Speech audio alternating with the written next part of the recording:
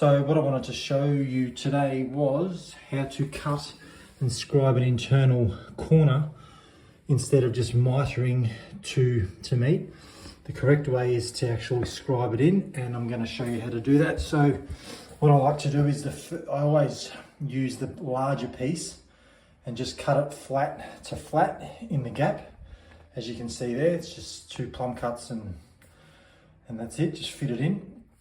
And then what you have to do now is measure from that face to the architrave on the door, get that measurement, and in this case it's 51 millimeters, and then go out to your saw.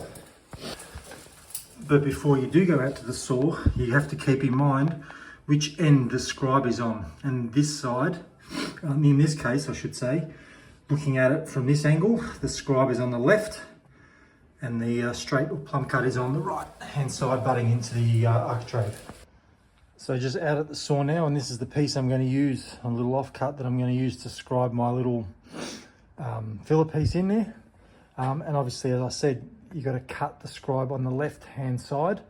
So what you have to do now is put a miter on that end of the piece of skirting.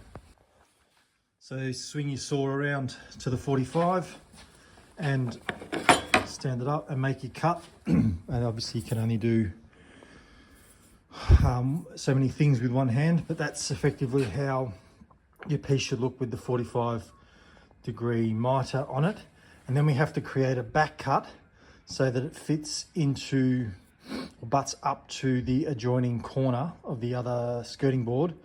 Back cut can be about 10 or 5 or 10 degrees, doesn't really matter exactly, as long as it goes back, not straight or that way how it is now. So I'll explain in one sec.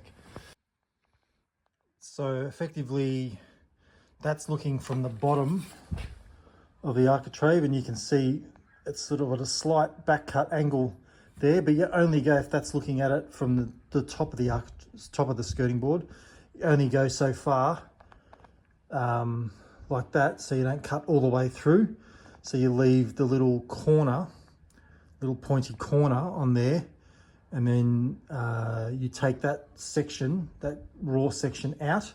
There's 2 ways you can do this. You can do it either with a coping saw, or you can use a grinder with a flap disc on it, which either or.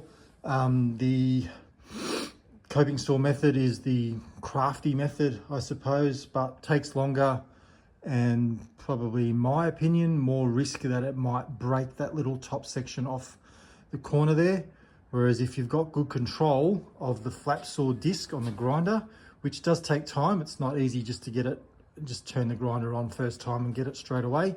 Yeah, you can get it quite nice and neat just by using that, especially on this top little pointy corner there. So anyway, I'll cut that out with the grinder and explain the next step.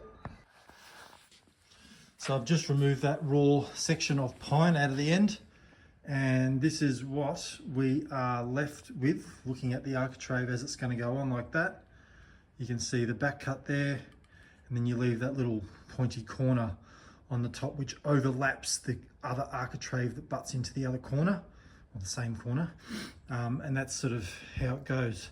So there are two, actually no, there's the main reason why we do it like this instead of mitering it is because in time with movement, this doesn't allow the joint to open up, whereas with a miter, there's chance that it could open up and crack and you might see the gap in between. But if you cut this nice and snug, there's no reason why there should be any gap.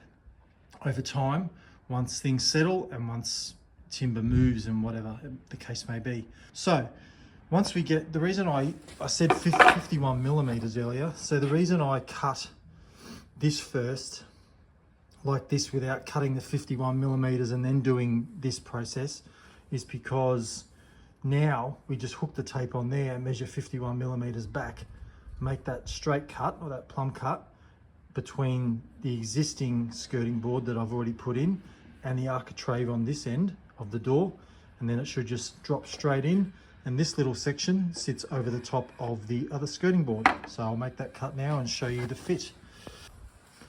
So this is our little piece, as you can see, ready to go. 51 millimeters from there to there. And I'll just drop it into the gap. You can see that just sits over the top, and you just gently slide that in